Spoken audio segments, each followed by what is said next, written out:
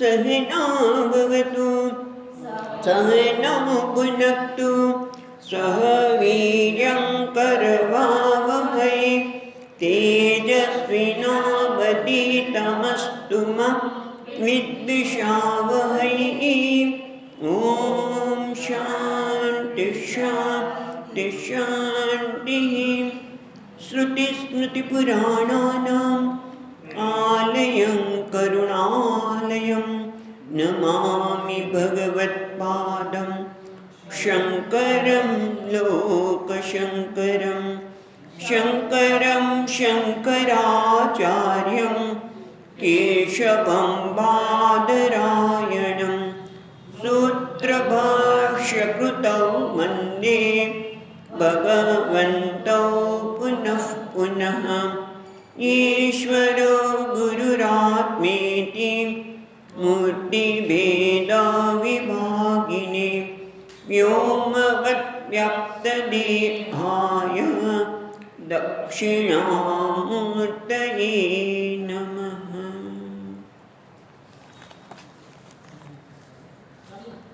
अज्ञानान्तर्गहनपतितान् आत्मविद्योपदेशैः त्रातुं लोकान् भवदवसिखा तापपापच्यमानान् मुक्त्वा मौनं वटपिटनो मूलतो निष्पतन्ति शम्भुर्मूर्तिश्चरति भुवने शङ्कराचार्यरूपा। चौथो श्लोक।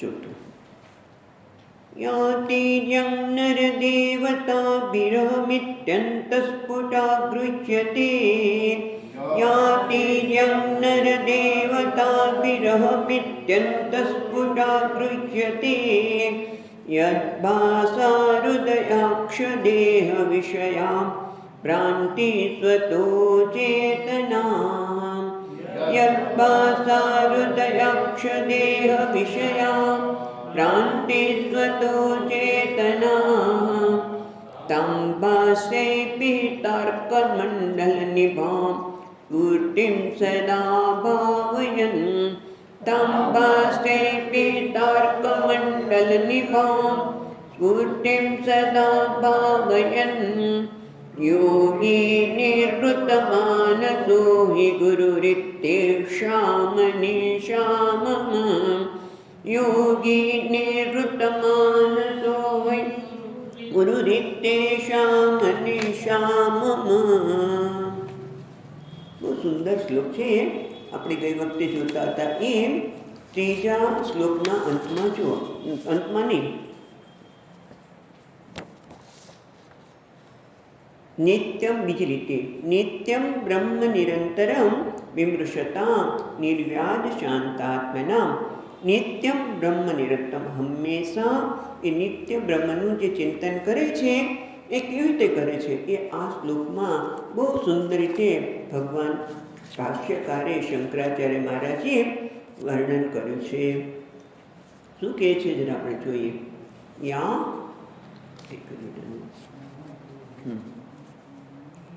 યા યા એટલે જે ક્યારે કહ્યું તમે એનો આખો તે જે વગેરે શબ્દ જે સર્વનામ છે એ પ્રસિદ્ધ છે. બરાબર. ઘણી વખત આપણા મનમાં પ્રસિદ્ધ હોય. સ્વામીજી વાત બતાવે કે ઓલા આમ કર્યું, ઓલો એટલે કોણ? મારા મનમાં કોઈના વિશે વિચાર ચાલી રહ્યો છે અને હું પેલા ભાઈને એમ કહું છું પેલા આમ કર્યું, પણ પેલું એટલે કોણ? એમને ખબર નથી પણ મને ખબર છે. એ રીતે અહીંયા જે યા શબ્દ વાપરે છે, યા એટલે કે જે પ્રસિદ્ધ છે કોના દ્વારા? શાસ્ત્રમાં અને જ્ઞાનીઓ દ્વારા જે પ્રસિદ્ધ છે, જે બધાથી જાણીતો છે. એટલે યા એટલે જે સ્ફૂર્તિ, જેનું સ્ફુરણ, જેને ચૈતન્ય કહીશું. યાનો અર્થ પહેલાં કરીએ આપણે જે પ્રસિદ્ધ છે, જેનું સ્ફુરણ છે, જે ચૈતન્ય છે. યા પછી શું શબ્દ છે? તિર્યમ નર દેવતા ભી અહમ ઇતિ અત્યંત સ્ફુટા ગૃહ્યતે. એક એક શબ્દ જુઓ તો મજા પડશે. યા પછી શું છે? તિર્યંગ. તિર્યંગ એટલે પશુ. પછી નર એટલે મનુષ્ય. મનુષ્ય વડે બધામાં તૃતીય વિભક્તિ લાગુ પડશે. દેવતા ભી એટલે કે જે જે જે જે ચૈતન્ય આપણે પશુ, મનુષ્ય અને દેવતાઓમાં શું છે? અહમ ઇતિ ગુટાદ્રુહ્યતે.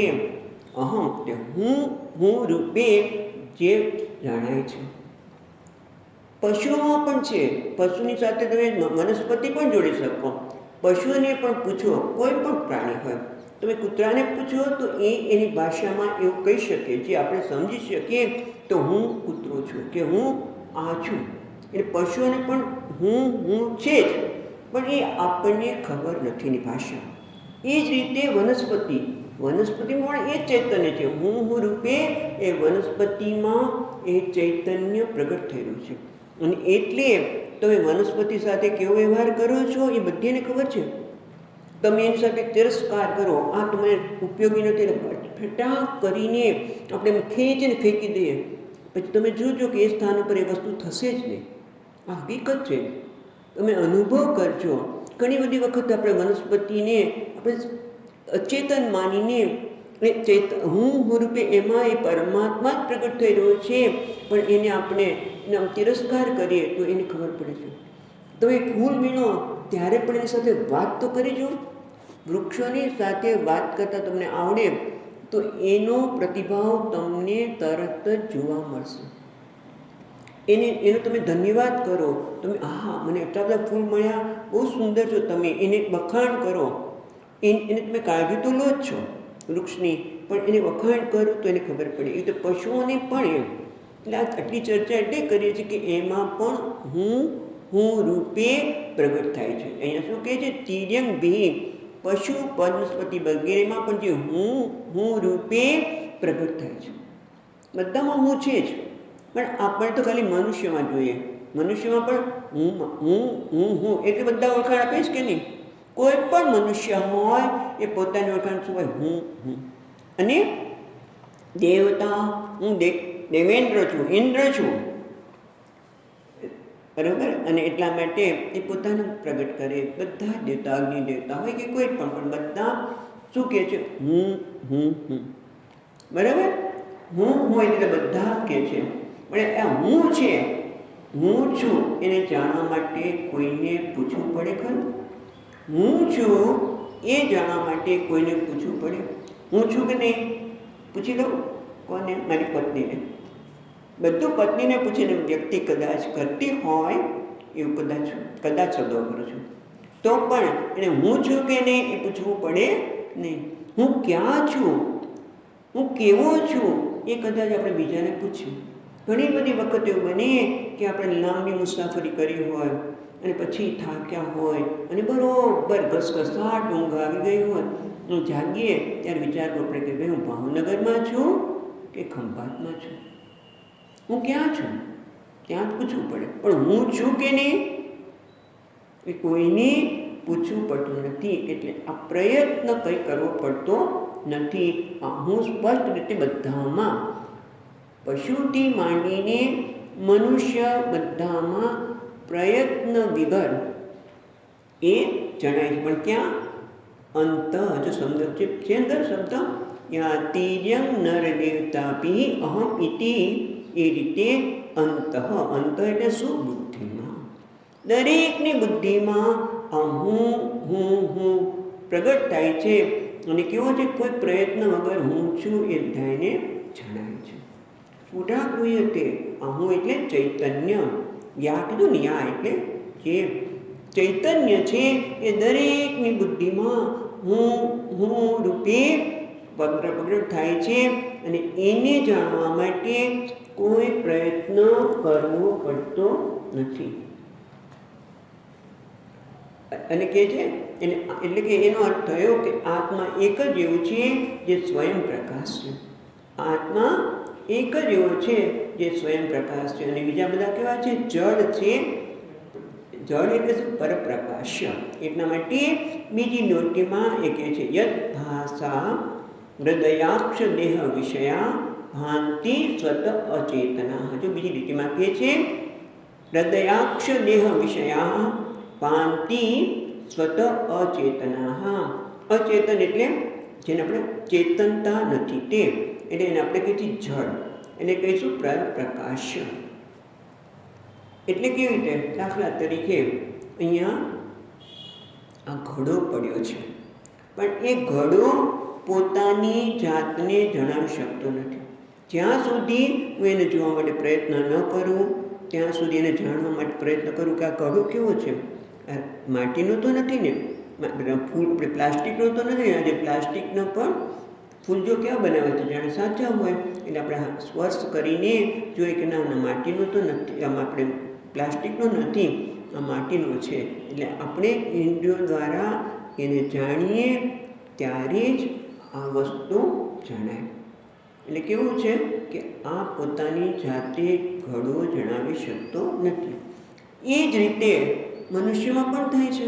એટલે આપણે આને શું કહીએ છીએ? જે પોતાની જાતને જણાવે નહીં એને આપણે કહીએ છીએ જડ.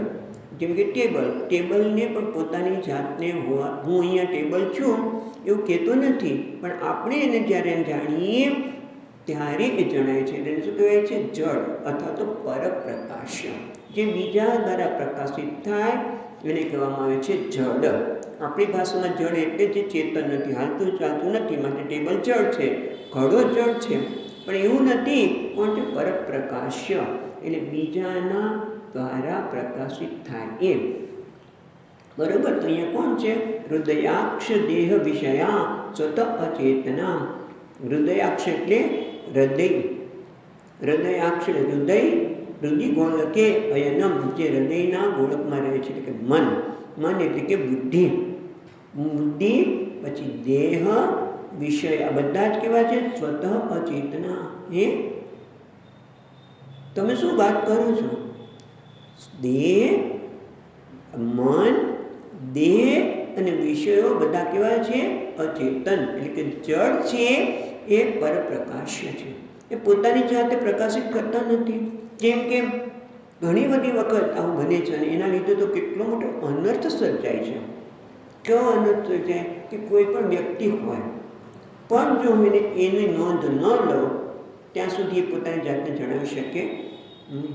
અરે તમે સામે જ વસ્તુ પડી હોય, બેન બેઠા છે ને, મને ખ્યાલ ન હોય અને હું એની નોંધ ન લઉં તો એનું અસ્તિત્વ હોતું નથી. પણ થાય શું ખબર છે? હું નોંધ ન લઉં અને એ વ્યક્તિ જણાય નહીં. એટલે કે એનો અર્થ કે એ વ્યક્તિ ત્યારે જાણી શકાય જ્યારે હું એની નોંધ લઉં. એનો અર્થ એ થયો કે એ વ્યક્તિ કેવી છે? જળ છે, પરપ્રકાશ છે. પણ એવું નથી. કારણ કે એની નોંધ ન લે તો મોટો અનર્થ સર્જાય કે ભાઈ મને કેમ નોંધ ન લીધી, મારી કેમ નોંધ ન લીધી, હું અહીંયા કેટલા વખતથી આવું છું, મારું ધ્યાન કોઈ રાખતું નથી, અને એક અનર્થ સર્જી શકે. પણ ખરેખર એ જે વ્યક્તિ એમ કે મારી નોંધ લીધી નહીં, એ વસ્તુ શું છે આપણે એની ચર્ચા પછી કરીશું. પણ અહીંયા જે કહે છે કે હૃદયાક્ષ દેહ વિષયા, આ મન, ઇન્દ્રિયો, ઇન્દ્રિયો એટલે કર્મેન્દ્રિયો અને જ્ઞાનેન્દ્રિયો બધા જ આવી જાય. આ બધા જ કેવા છે? સ્વતઃ અચેતના. એટલે કેમ? એ લોકો કેવા છે? જળ છે. જળ છે એટલે કે પરપ્રકાશ છે. જેમ કે અહીંયા સરસ એક શ્લોક આપ્યો છે, બહુ સુંદર શ્લોક છે. ઇદમ બુદ્ધિશ્ચ ભાષ્યાર્થે તમ અહમ બુદ્ધિ તથા આત્મની પ્રસિદ્ધા સર્વજંતુના અત્ર વિવાદો ન કશ્ચન. અહીંયા બધું પ્રસિદ્ધ છે, એમાં કોઈ વિવાદ નથી. શું છે કે જે મન શરીરથી બહારના પદાર્થો છે એને તો આપણે જળ કહીએ છીએ, પણ એમ કે છે ઇદમ અર્થે, ઇદમ આ રૂપે જે જણાય છે એ બધા જ બહાર છે અને એ જળ છે, એમાં કોઈ વિવાદ નથી. કેમ કે એનો દ્રષ્ટાંત છે કે જેને ઇદમ કહીએ છીએ એ મારાથી બહાર છે. ઇદમ કહીએ એટલે આ, અને આ હોય એટલે મારાથી જૂનું હોય, એટલે બહાર. જેમ કે આ ઘડો, ઘડો એટલે શું કહે છે? ઇદમ ઘટઃ, ઇદમ પુસ્તક, આ પુસ્તક છે, આ ઘડો છે, આ ટેબલ છે, કે આ એટલે ઇદમ. જેને આપણે ઇદમ કહીએ છીએ એ મારાથી જુદો છે. અને પાછું કેવું છે કે મારા જુદો છે એને હું પ્રકાશિત કરું તો જ પ્રકાશિત થાય. એટલા માટે કેવું છે? જળ. અને એટલા માટે જ ભગવદ્ ગીતામાં 13મા અધ્યાયમાં પણ વાત કરી કે ઇદમ શરીરમ કૌંતેય ક્ષેત્રમિત્યવિધીયતે. જેને તમે ઇદમ તરીકે કહો છો એ તો ક્ષેત્ર છે, એ જળ છે, એ પરપ્રકાશ છે. એટલે કેવા છે? જળ. તો એક જળ છે અને બીજું કોણ છે? સ્વયં પ્રકાશ. જો જળ કોને કહેવાય? કે જે પરપ્રકાશ્ય છે, જેના હોવા માટે એને બીજા પર આધાર રાખવો પડે. અને સ્વયં પ્રકાશ એટલે કોને કહેવાય? કે જેમ કે આ બલ્બ છે, એના પ્રકાશમાં અંધારું રૂમમાં હોય અને અમે બલ્બ ઓન કરીએ એટલે બધો પ્રકાશ થઈ ગયો અને બધી વસ્તુ દેખાવા લાગી. પણ એ બલ્બને જોવા માટે આપણે બીજો બલ્બ લાવવો પડે, ટોર્ચ લાવવી પડે. બલ્બને જોવા માટે આપણે ટોર્ચ લાવવી પડે. દીવો છે, હવે પ્રગટાવ્યો છે, બધું દેખાય છે, પણ દીવો છે કે નહીં એને જોવા માટે બીજો દીવો લાવવો પડે. ક્યાં બાત છે? ન લાવવો પડે. એનો અર્થ કે શું થયો? કે એ સ્વયં પ્રકાશ છે. એને દીવા દ્રષ્ટાંતના સંદર્ભમાં વાત કરીએ છીએ કે દીવો છે કેવો છે? સ્વયં પ્રકાશ છે. અને બધા રૂમમાં રહેલા પદાર્થો એ પરપ્રકાશ છે, દીવાના પ્રકાશમાં પ્રકાશિત થાય છે. બસ આ સમજવાનું છે કે જેમ એ રીતે દેહ છે, એ દેહના બહારના વિષયને આપણે જડ કહીએ છીએ, પણ આ દેહ છે એ સૂઈ જઈએ ત્યારે આપણે દેહનું ભાન હોય છે. જો દેહ ચેતન હોય, મન ચેતન હોય, બુદ્ધિ ચેતન હોય તો હંમેશા ચેતન જ હોવી જોઈએ, બરાબર ને? જેમ દીવો હંમેશા પ્રકાશ એટલે પ્રકાશે છે, પછી ચેતન જ છે. એમ મારું જો આ દેહ ચેતન હોય, આ મન અને બુદ્ધિ ચેતન હોય તો હંમેશા ચેતન રહેવી જોઈએ, રાઈટ? પણ સુસુપ્તિમાં સૂઈ જાય ત્યારે કંઈ ભાન હોતું નથી. એ તો ફાયદો છે ને. આપણે ઘણી વખત વાત કરી છે કે બે નાના છોકરાની વચ્ચે એક જ વર્ષનો ઉંમરનો ફરક હોય ત્યારે માની સ્થિતિ બહુ ખરાબ હોય. બંને છોકરા એમ કે માતાની સુધી શું છે, પણ પછી બરોબર ઘસઘસાટ ઊંઘી જાય એટલે એક છોકરાને ઉઠાવીને તો બીજે મૂકી દો તો એને કંઈ ભાન પડતી નથી, કારણ કે અચેતન છે. શરીર, મન અને બુદ્ધિ બધા કેવા છે? અચેતન છે. જો ચેતન હોય તો હંમેશા ચેતન રહે. ખ્યાલ કે જેનો જે સ્વભાવ હોય એ હંમેશા જળવાઈ રહે. જેમ કે સાકર તમે અહીંયા ખાવ તોય મીઠી લાગે, ઉત્તર ધ્રુવમાં જઈને ખાવ તો મીઠી લાગે, કે સંતાઈને ખાવ તો મીઠી જ લાગે. કારણ કે ના પાડે કે ભાઈ તમારે ડાયાબિટીસ છે, લાડુ કે સાકર નહીં ખાવાની, તો સંતાઈને ખાવ તો મીઠી જ લાગે. મીઠી તો મીઠી જ લાગે. એટલે સ્વભાવ કહેવાય. એમ જો આ દેહ, આ મન અને બુદ્ધિ જો ચેતન હોય તો હંમેશા ચેતન રહેવા જોઈએ, પણ નથી ચેતન હોતા. કારણ ક્યારે? સુસુપ્તિમાં. એટલે આ સમજવાની વસ્તુ એ છે કે વેદાંતની પરિભાષા પ્રમાણે નિર્જીવ એટલે જડ નહીં, પણ જે કોઈના પ્રકાશથી પ્રકાશિત છે, જેના હોવા માટે કોઈના પર આધાર રાખવો પડે, એને કશું જડ પરપ્રકાશ્ય. આ જ વાત કેનો ઉપનિષદમાં કહે છે કે એને પ્રેષિતમ પતતિ મનઃ કેન વાગ વધતી.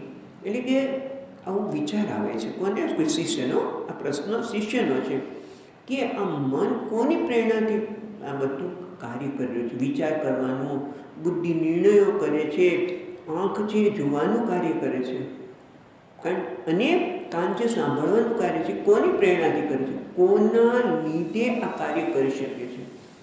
વિવેકનો હોય તો હું કરું છું તરત થઈ જાય આપણને, પણ ખરેખર જો વિવેક કરવામાં આવે તો આપણે કહીએ કે બુદ્ધિ જે કંઈ નિર્ણય કરે છે એ પોતે તો આપણે હમણાં જોયું કે સ્વયં તો જળ છે, બુદ્ધિ સ્વયં જળ છે, એ મન પણ જળ છે. તો એવું કોણ છે?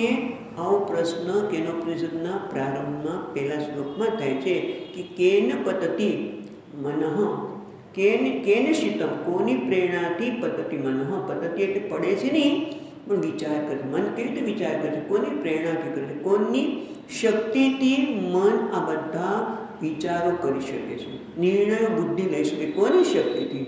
તો કે પરમાત્માની. યદ ભાષા એટલે કે છે યદ ભાષા હૃદયાક્ષ દેહ વિષયા. યદ ભાષા એટલે બહુ સુંદર ભાષા એટલે પ્રકાશમાં, જેના પ્રકાશથી આ બધા મન, બુદ્ધિ, ઇન્દ્રિયો પ્રકાશી રહ્યા છે અને પોતાના વિષયમાં જઈ રહ્યા છે. એટલે કે કોઈ પણ વસ્તુ હોય, બરાબર, એનું ભાન થાય છે. જેનું ભાન, કોના ભાનથી આ મન પ્રકાશી રહ્યું છે? એટલે કે એનો અર્થ કોઈ પણ જળ વસ્તુ હોય એ જ્યારે આપણે ચેતન જેવી જણાય ત્યારે કોઈ ચેતન વસ્તુ હોવી જોઈએ. જેમ કે અનુભવની વાત છે. જે અમે જ્યારે જુનાગઢમાં હું જોઉં કે સ્કૂટર આવે છે, હંમેશા સ્કૂટર આવતું દેખાય, પણ ખરેખર સ્કૂટર ચલાવનાર તો હોવો જોઈએ ને. પણ એ ભાઈ જે હતા ને બહુ હાઈટ એકદમ નાની હતી, એટલે સ્કૂટર પર એમનું મોઢું દેખાય નહીં. તમે નજીક આવે ત્યારે લાગે કે કોઈ બેઠેલું છે. એટલી હાઈટનું તે ઉંમરવાળા પણ નાની હાઈટવાળા હોય છે અને સ્કૂટર ચલાવતા હોય. સ્કૂટર ગતિમાન લાગે, પણ એ ગતિમાન ક્યારે હોઈ શકે? કોઈ સ્કૂટર તો સ્વયં જળ છે. જેમ કાર છે, કારે પણ આજકાલ શું છે, નાના છોકરાને આપી દે. હવે નાનું છોકરું હોય એ કાર ચલતા જેમ સ્કૂટર આપણે અત્યારે આપણા સ્કૂટરને બધા નાના છોકરા આપી દે, પછી તમારા ભોગે એ સ્કૂટર ચલાવે. ક્યારે તમે અડફેટમાં આવી જાઓ એ ખબર પડાય નહીં. છે જ ને, હકીકત છે ને. અને એમાં એ જ્યારે વળાંક વળતા હોય ત્યારે આ લોકો છોકરાઓના હાથમાં એવું ન હોય કે અવાજ કરીએ, હોર્ન વગાડીએ. તમારું જેટલું હોય થાય. અમે તો આ ગલીમાંથી નીકળ્યા. મેઇન વસ્તુ એ છે કે એ રીતે કાર ચાલતી લાગે તો કારનો ચાલક કોઈ હોવો જોઈએ. ના તો રિમોટથી બધું ચાલે છે, પણ રિમોટ તો ચલાવનાર તો કોઈ વ્યક્તિ છે ને, ચેતન. બરાબર, રિમોટને પણ ચલાવનાર કોઈ વ્યક્તિ છે. ટૂંકમાં કોઈ પણ જળ વસ્તુમાં પ્રવૃત્તિ ક્યારે દેખાય? કારણ કે તો અચેતન છે, તો કોઈ ચેતન તત્વ હોવું જોઈએ. એટલા માટે ઉપનિષદના પછી કેન પદ્ધતિ પ્રેષિતમ મન. આ મન કોની પ્રેરણાથી થાય છે? મન તો જળ છે, તમે શીખવાડ્યો કે ઇદમ તયા ગૃહ્યતે. તો એને ચલાવનાર કોણ છે? તો કોઈ ચેતન હોવું જોઈએ, કોઈ ગતિમાન વ્યક્તિ હોવું જોઈએ.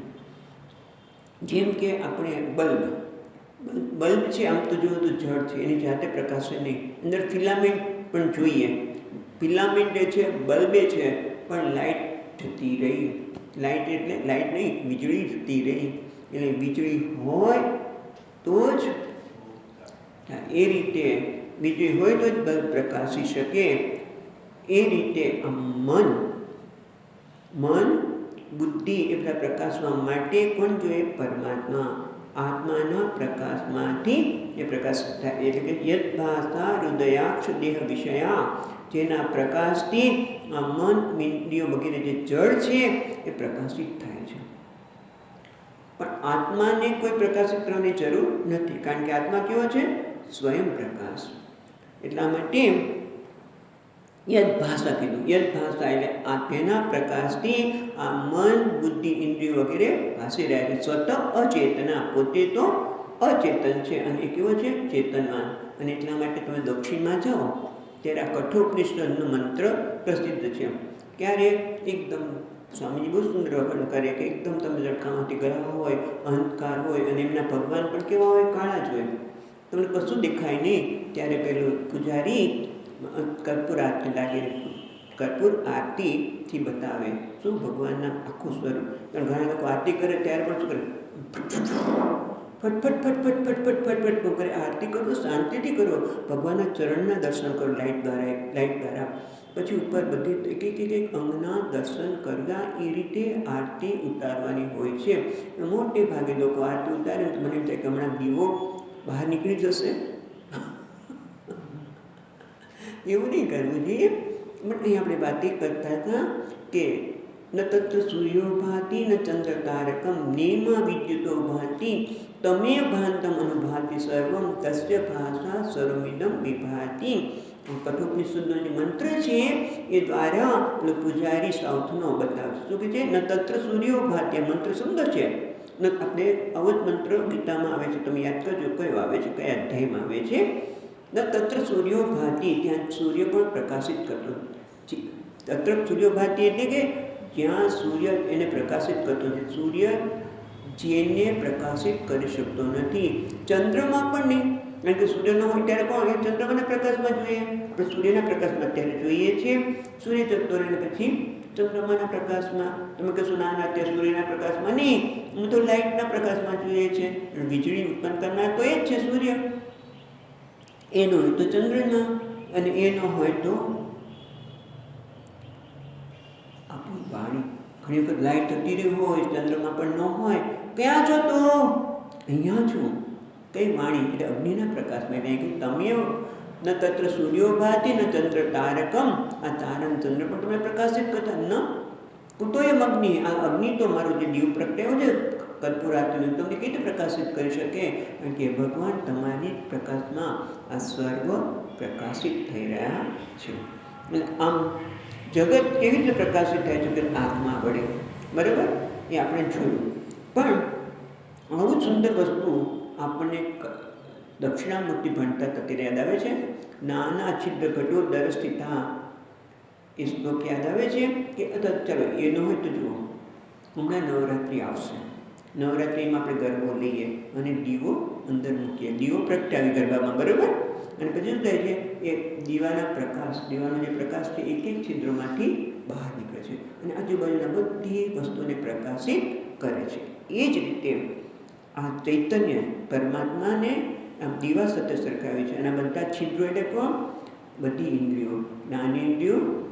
જેવું આંખ દ્વારા એક વસ્તુ પડી છે તો આ વસ્તુ પ્રકાશિત કેમ થાય છે? તો પહેલાં એ ચૈતન્ય કોને પ્રકાશિત કરે છે? અંતઃકરણને. અંતઃકરણ એટલે અને એ પછી જ્ઞાનેન્દ્રિયો અને કર્મને પ્રકાશિત કરે અને આ રીતે કોઈ પણ વસ્તુનું જ્ઞાન થાય છે. કારણ કે આત્મા જે ચૈતન્ય છે તેને આપણે કહીએ છીએ હું રૂપે પ્રકાશિત. શું કીધું હમણાં? તે યાતિયમ નર દેવતા અહમ ઇતિ પ્રકાશ. એ અહમ કોણ છે? એ ચૈતન્ય, એ સ્વયં પ્રકાશ છે. એને માટે આપણે કોઈની જરૂર નથી. હું ને હોવા માટે કોઈની જરૂર નથી. કેવો છે? નિર્વિકાર છે. તમે જો હુંનો આકાર શું છે? નિર્વિકાર છે, નિશ્ચળ છે, સર્વવ્યાપી છે. આત્મા કહીએ ને, આત્માની જે વ્યુત્પત્તિ જાણો તો આત્મા જે સર્વવ્યાપી છે એટલે એના માટે અંદર કે બહાર એવું કોઈ ભેદ જ નથી. અને સીધે સીધું પ્રકાશિત કરી શકે નહીં. જેમ કીધું ને, વીજળીને બલ્બમાં વીજળી બલ્બમાંથી પસાર થાય તો જ પ્રકાશ આપી શકે. એમ આત્મા પણ આ ઉપાધિમાંથી જ્યારે પસાર થાય ત્યારે એ વસ્તુને પ્રકાશિત થઈ જાય. એટલે આપણે વાત એ કરતા હતા કે આ વસ્તુનું જ્ઞાન ક્યારે થાય? જ્યારે આ ઇન્દ્રિય એ ચૈતન્ય જે મૂળ દીવાનો પ્રકાશ છે કે છિદ્રમાંથી પસાર થાય છે, એ રીતે આ ચૈતન્ય આંખરૂપી એક છિદ્ર છે, એમાંથી એનો પ્રકાશ જાય છે. અને ક્યાં જાય છે? ઘડા ઉપર. અને ઘડાકાર મનમાં એક વૃત્તિ ઉત્પન્ન થાય છે. કેવી થાય છે? ઘટાકાર વૃત્તિ. વૃત્તિ થાય ત્યાં સુધી કંઈ નથી થતું, પણ એ જ ઘટાકાર વૃત્તિને પણ જ્યારે પ્રકાશિત કરવામાં આવે છે, વસ્તુ પડી છે પણ જે દીવો થાય તો જ આપણે વસ્તુનું જ્ઞાન થાય. ક્યારે? ઘરમાં અંધકાર હોય ત્યારે. એટલે ટૂંકમાં વસ્તુનું હોવા માટે, જાણવા માટે જેમ પ્રકાશની જરૂર પડે છે એમ મનમાં વૃત્તિ તો ઉત્પન્ન થાય કે ઘટાકાર, પણ ઘણી વખત જોતા હોય પણ શું છે ખબર પડે નહીં. કેમ? એને પ્રકાશિત કરનાર ચૈતન્ય ત્યાં નથી. અને એટલે એને ઘટાકારની વસ્તુને જે વૃત્તિ ઉત્પન્ન થઈ એને પ્રકાશિત કરનાર ચૈતન્ય હોય તો આપણને વિષયનું જ્ઞાન થાય. પણ એટલે કે છે આત્મા સર્વને પ્રકાશિત છે. યદ ભાષા હૃદય, બીજી લીટીમાં કહે છે યદ ભાષા હૃદયાક્ષ દેહ વિષયા ભાંતિ સ્વત અચેતના. આ હૃદય મન, દેહ અને દેહ પછી અંદર ઇન્દ્રિયો પણ આવી ગયા. જગતના વિષયો દરેક ઇન્દ્રિયોના વિષય છે ને, આંખનો વિષય, કાનનો વિષય, બધા વિષયોને વિષયમાં બધું જ આવી ગયું. જગતના બધી જ વ્યક્તિએ તમારા માટે હું વિષય છું અને મારા માટે તમે વિષય છો. બધા વિષય કેવા છે? સ્વત અચેતના, પણ જેના પ્રકાશમાં એ ભાસી રહ્યા છે. અને આ હુંને પ્રકાશવા માટે કોઈ પ્રયત્નની આવશ્યકતા નથી. જો એવું જ હોય તો બધાને એ હુંનું જ્ઞાન કેમ નહીં હોય? હુંનું જ્ઞાન કેમ નહીં હોય? તો કહે છે એટલા માટે ત્રીજી લીટીમાં કહે છે તમ ભાષે પિહિતાર્ક મંડલ નિભામ સ્ફૂર્તિ સદા ભાષયન. એટલે પહેલાં તમ ભાષે પછી લઈએ છીએ પિહિત અર્ક મંડલ નિભામ. નિભામ એટલે સદૃશી, આના જેવું. શું? તો કે જેમ પિહિત એટલે ઢંકાયેલું છે. શું? અર્કમંડળ. અર્કમંડળ એટલે સૂર્યમંડળ. કોના વડે? ભાસ્યહી એટલે વાદળ. ભાસ્યનો અર્થ શું કરશો? અહીંયા બે અર્થ થશે, પણ અત્યારે એક અર્થ લઈએ. ભાસ્ય એટલે જેમ વાદળથી સૂર્ય છે ઢંકાઈ ગયો છે. ખરેખર જોવા જઈએ તો વાદળથી સૂર્ય ઢંકાય. સૂર્ય તો કેટલો મોટો છે, મહાન. એ વાદળ તો નાનકડું છે, તો કેવી રીતે ઢાંક્યું? તો કે આપણી દ્રષ્ટિથી વાદળ આપણી દ્રષ્ટિને ઢાંકે છે, સૂર્યને ઢાંકી શકે જ નહીં. બે રીતેનું ઢાંકી શકીએ. આપણે જોઈએ છીએ, એક તો આપણી દ્રષ્ટિથી સૂર્ય જાણે કે ઢંકાઈ ગયો, જેમ તરણા ઓથે ડુંગર, એક તરણું આવી જાય અને આપણે ડુંગર દેખાતો બંધ થઈ જાય. એ રીતે આ વાદળ રૂપી વાદળથી જાણે કે સૂર્ય ઢંકાઈ ગયો છે, પણ ખરેખર એને ઢાંકી શકાય નહીં. અને વાદળ છે એ ઉત્પન્ન ક્યાંથી થયું? તો કે સૂર્યમાંથી છે, બરોબર ને? સૂર્યની ગરમીમાંથી જ વાદળ ઉત્પન્ન થયું છે. સૂર્યની ગરમીથી પાણીમાંથી વરાળ ઉત્પન્ન થઈ, એનાથી વાદળ થયું. એ જેમાંથી ઉત્પન્ન થયેલું વાદળ છે, એ વાદળ સૂર્યને જાણે કે ઢાંકી દે છે. પણ એ ઢાંકી દે છે એવું ખબર પડે કે સૂર્ય નથી એવું નથી. આપણે કહીએ વાદળ ઢંકાઈ ગયું, એ વાદળ દેખાય છે પણ કોના પ્રકાશમાં? સૂર્યના પ્રકાશમાં છે. સૂર્યના પ્રકાશમાં વાદળ ઢંકાઈ ગયું છે, અને આપણે કહીએ છીએ કે સૂર્ય ઢંકાઈ ગયો. વાદળે સૂર્યને ઢાંકી દીધો, પણ ખરેખર ઢાંકી શકે નહીં. એ જ રીતે આ હું રૂપે જે બોલે છે ને, હું એ કહ્યું છે સર્વવ્યાપી છે, એને અત્યારે એનું સાચું જ્ઞાન નથી. જ્ઞાન છે, હમણાં આપણે વિચાર કરશું, હું બધાને જ્ઞાન છે, પણ એ હુંનું જે કહેવાય ને વિશેષ જ્ઞાન એ નથી. પણ એ પછી જોઈએ, પહેલાં તો આપણે એ જોઈએ કે સર્વવ્યાપી જે આત્મા છે એને આ અજ્ઞાન, હુંનું જે અજ્ઞાન છે, જે અજ્ઞાન કેવું છે? અલ્પ છે, વાદળની જેવું, અને એ જાણે કે આત્માને ઢાંકી દીધું. એટલા માટે કહે છે પિહિત અર્કમંડલ નિભામિની, જે હંમેશા સ્ફૂર્તિમ સદા, એ પછી જોશું સ્ફૂર્તિમ સદા ભાવયન, એ યોગી માટે જાય છે. એટલે આપણે આ ત્રીજી લીટીમાં આટલું જોઈશું. તામ ભાસે પિહિતર ક મંડલ નિભામ, એટલે આત્મા બધાને હું રૂપે ભાષે છે. એ હું એટલે શું? હું છું એ પૂછવા માટે કોઈની જરૂર નથી. એટલે હું છું એ શું છે? છું એટલે હોવું એટલે સત, અને છું જાણું છું, મારી જાતને જાણું છું. હું છું એટલે ચિત્ત, એટલે સત અને ચિત્ત રૂપે બધાને ખબર છે. પણ હુંનું જે વિશેષ જ્ઞાન છે કે હું પૂર્ણ છે, ચિદાનંદ રૂપ છે, આનંદ સ્વરૂપ છે, નથી. માટે તો આપણી સમસ્યા થાય છે. જીવનમાં સમસ્યાનું કારણ એક જ છે ને, કે આત્માનું જે વિશેષ જ્ઞાન બધાને સામાન્ય જ્ઞાન છે, પણ આ વિશેષ જ્ઞાન છે કેવું છે? ઢંકાઈ ગયું. કોનાથી ઢંકાઈ ગયું? જે સૂર્યને વાદળે ઢાંકી દીધું, એમ હુંનું જ અજ્ઞાન, હુંનું અજ્ઞાન જ હુંના જે વિશેષ જ્ઞાન છે કે હું પૂર્ણ છું, હું આનંદ સ્વરૂપ છું, એ ઢંકાઈ ગયું છે. અને એટલે જે આપણે ઘણી વખત મંદ અંધકાર, જો ધ્યાન રાખવું, દ્રષ્ટાંતમાં શું વાપરીએ છીએ? મંદ અંધકાર. પ્રકાશ હોય તો વસ્તુ જેવી છે એ દેખાય, અંધકાર હોય કોઈ દેખાય, એક કાહડ અંધકાર હોય તો વસ્તુ દેખાય નહીં. પણ મંદ અંધકાર, કેમ કે સંધ્યા સમય થયો છે એવું કે આપણે જેમ ભાષામાં, અને કહેવામાં આવે ભાઈ ચોમાસું આવ્યું છે, ધ્યાન રાખજો. એ સર્પનું પણ એ ડર જેવું છે, એ સર્પ આવતો લાગે છે. હા, એટલે આપણને હંમેશા સર્પથી ડરીએ, પણ ખરેખર તો કહે છે મોટાભાગના સર્પથી ડરવાની આવશ્યકતા નથી. પણ એની વે આપણે ડરતા હોઈએ, અને એટલે બધા ઝાડ કાઢ્યા હોય ને એનું જ તમે જોજો બહાર એક આમ દોરડા જેવું લાગે, એ પડ્યું હોય અને આપણને દેખે સર્પ છે. આ સર્પ છે, એમાં આ છે કોના લીધે છે? આ છે કોણ છે? આ છે, આ સર્પ છે, એમાં આ અને છે એ ખરેખર તો દોરડાને લીધે છે. દોરડા પણ આપણને આ છે એનું જ્ઞાન કોને ઢાંકી દીધું? સર્પે.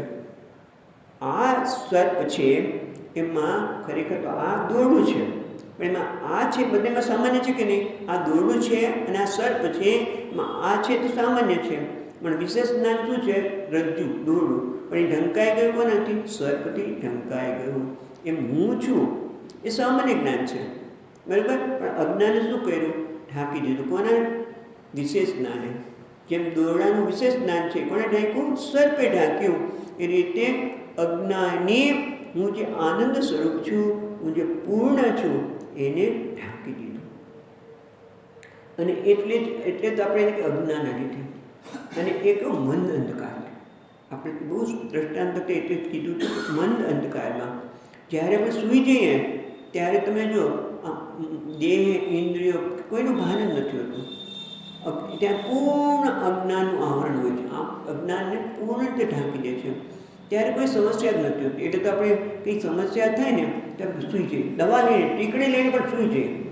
ટીકડી લઈને પણ આપણે સૂઈ જઈએ કે જેથી કોઈ સમસ્યા રહે નહીં. કેમ? ત્યારે અજ્ઞાન સંપૂર્ણ આવરણ કરી દે. પણ જેવા જાગીએ કે સ્વપ્ન અવસ્થામાં હોય, સ્વપ્નમાં આપણે ઘણી વખત હેરાન થઈ ગયો. એવા સ્વપ્ન આવે કે માણસ દુઃખી થઈ જાય, પરસે વળી જાય અને ઉઠી જાય. એટલે સ્વપ્ન અને જાગૃત અવસ્થામાં હુંનું જ્ઞાન છે કેવું છે? વિપરીત છે. અજ્ઞાનને લીધે શું થાય છે? અજ્ઞાન હુંના વિશેષ જ્ઞાન, જે એનું વિશેષ જ્ઞાન છે, જે આનંદ સ્વરૂપ છું, પૂર્ણ છું, એ તો ઢાંકી દે છે.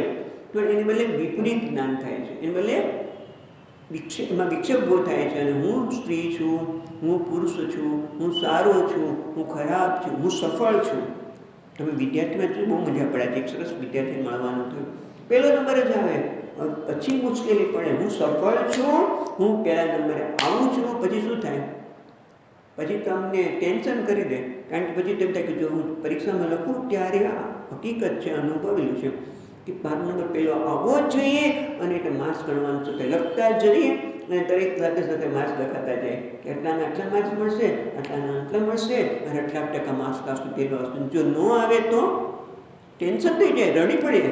એટલે આ હુંનું સાચું જ્ઞાન ન હોવાના લીધે હું સ્ત્રી છું, પુરુષ છું, સફળ છું, નિષ્ફળ છું, આ બધું જ આપણા માટે અનર્થનું કારણ બને કે નહીં? આજે સમસ્યા, ચિંતા, ટેન્શન અને એના કારણે અનેક પ્રકારની વ્યાધિ પણ કહી શકાય. બધી જે ટેન્શન નથી થતી પણ એ પણ એક ઉમેરો તો કરે જ છે. એટલે ટૂંકમાં આ જે ઉપાધિ જે છે, જે જડ છે એ ને હું માની લે છે.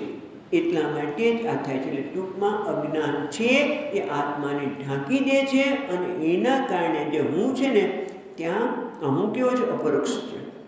અને આ દેહ ઇન્દ્રિય બધા છે પ્રત્યક્ષ, જાણી શકાય છે. હું છે, હું છું એ અપરોક્ષ છે. અને દેહ મન ઇન્દ્રિય અપરોક્ષ, આપણે પરોક્ષ પ્રત્યક્ષ છે. અપરોક્ષ અને પ્રત્યક્ષ એ બંનેનું જ્યારે જ્ઞાન ન થાય, એ વિવેક ન હોય તો શું થાય? પછી હું સ્ત્રી છું અને પુરુષ છું અને સફળ છું અને નિષ્ફળ છું. એક ખરેખર હું તો કેવો છે? અપરોક્ષ છે. અને આ દેહ મન ઇન્દ્રિયો કેવા છે? જળ છે. એ પ્રત્યક્ષ છે. પણ એ જળ અને ચેતનનું નિત્ય અને અનિત્યનું જ્ઞાન ન હોય એટલે બધા જ અનર્થો થાય. જેમ કે આગનો ગોળો જોયો તમે? આગનો ગોળો ન હોય પણ આગનો ગોળો લાગે છે. કેમ? વિવેક થયો નથી. કારણ કે આગને કોઈ આકાર હોઈ શકે નહીં. પણ જ્યારે લોખંડનો ગોળો હોય અને આપણે અગ્નિમાં નાખ્યો હોય અને પછી આપણને આગનો ગોળો દેખાય, ત્યારે આપણે વિવેક કરીએ નહીં તો આપણે શું કહીશું કે આગનો ગોળો છે. પણ ખરેખર તો અગ્નિ અને લોખંડ બંને વચ્ચે એટલું તાદાત્મ્ય થઈ ગયું છે અને એના લીધે આપણને આગનો ગોળો દેખાય છે. એ જ રીતે હું છું છે એ ચૈતન્ય છે. કેવું છે? સત અને ચિત્ત. એ સત અને ચિત્ત એ ચૈતન્ય છે. એ મન, બુદ્ધિ, દેહ વગેરે જે અચેતન્ય છે એની સાથે જોડાય જઈને જાણે કે ચેતન બની જાય. તમે ભાંતવનું ભાતિ કીધું ને હમણાં છે કે એના પ્રકાશમાં જ આપણે ચેતનતા બને છે. અને એનો વિવેક ન હોય તો શું થાય? આપણે અનર્થની સમસ્યા ઊભી કરે છે. એટલા માટે કહે છે યદ ભાષે, હજો હવે દીદીમાં ફરી વાર તામ ભાષે હિ, તેને ભાષ્ય એટલે કોને કહેવાય? જેને અવભાષિત કરવામાં આવે, જેને પ્રકાશિત કરવામાં આવે એને ભાષ્ય. અને જે પ્રકાશિત કરીને કહું છું કે ભાષક. એટલે અહીંયા ભાષ્ય એટલે જે પ્રકાશિત થાય છે એટલે ભાષ્યને એક થાય છે વાદળ.